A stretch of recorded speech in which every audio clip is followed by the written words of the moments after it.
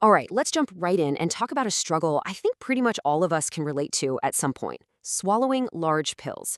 It's a super common challenge, especially as we get older or when we're trying to care for a loved one. And because of this, there's this really common hack people use. You know the one: grabbing a pill crusher or just the back of a spoon and smashing that tablet into a powder so you can mix it into some applesauce or yogurt. But today, we're going to look at the hard clinical science that explains why doing this is actually a terrible and potentially even life-threatening idea. So, is it really safe to just crush up your meds? Well, we kind of need to start by totally debunking the myth that a pill is just a basic lump of medicine. Modern solid oral medications, they aren't just chemical clumps. They are incredibly complex, highly engineered delivery systems. When you break, split, or crush them, you are completely destroying their programming. You're altering the mechanical barrier, the chemical matrix, or the exact spatial distribution of the medicine inside. And as we're going to see, messing with that design leads to some seriously unpredictable and dangerous outcomes. And to put this into perspective, the numbers here are honestly pretty wild. According to clinical surveys, in some health facilities, up to 96% of patients have their medications crushed and mixed into food to mask the taste or just make them easier to swallow. Now, it's almost always done with the absolute best of intentions, right? Usually just for convenience. But the unintended consequences of this everyday behavior can be absolutely catastrophic. Today, we're taking a journey to the center of a pill to uncover four distinct architectural traps: the time trap, the acid trap, the exposure trap, and the burn trap, before wrapping up with some much safer alternatives. Okay, first up, trap number one, the time trap, which deals with extended release tablets. You know those letters you sometimes see on your pill bottle, like ER, XL, SR, or CR? That means the pill is an extended release formulation, which is basically designed like a slow drip faucet. They use these specially engineered layers to deliver the drug slowly over time. If you crush one of these pills, you are essentially breaking the dam, and this causes something clinical pharmacists actually call dose dumping. Here's why that's a huge deal. An intact extended-release tablet gives you a nice, steady, safe dose, usually over 12 to 24 hours. But when you crush it, you completely lose that 24-hour pacing. It hits your system with a full day's worth of medication in just minutes. So not only are you getting a massive, potentially toxic spike of the drug all at once, but it also means that hours later, you're going to be completely underdosed and getting zero benefit from the medication. And this isn't just theory. The stakes are incredibly high. Take this reported clinical case, for example. A patient was given a crushed extended-release tablet of a blood pressure medication called nifedipine.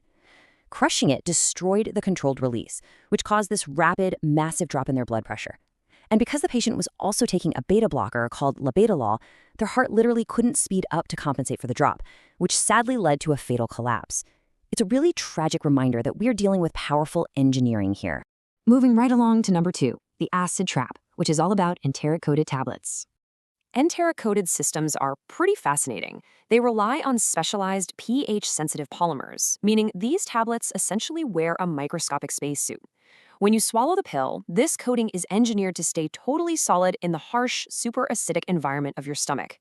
It is specifically designed to only dissolve once it safely makes its way into the more alkaline environment of your small intestines. So what happens when you destroy that protective spacesuit by crushing the pill? Well, one of two clinical failures occurs.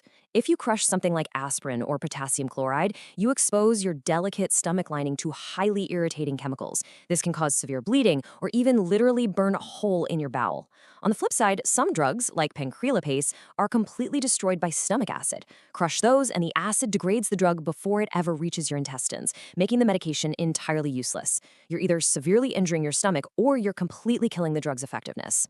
All right, let's look at trap number three, the exposure trap, dealing with hazardous dust. This one is wild because the danger isn't actually to the patient taking the medication, it's to the caregiver holding the spoon. When you crush a tablet or open a capsule, fine particulates and aerosolized drug powders get released right into the air. In fact, a NIOSH alert explicitly warns about this. Crushing certain cancer treatments, hormone therapies, or immune medications releases this toxic dust cloud. And that powder can easily be inhaled, absorbed into your eyes, or even transfer right through the skin of the person preparing the dose. Because of this toxic collateral damage, healthcare workers actually have to use strict protective equipment.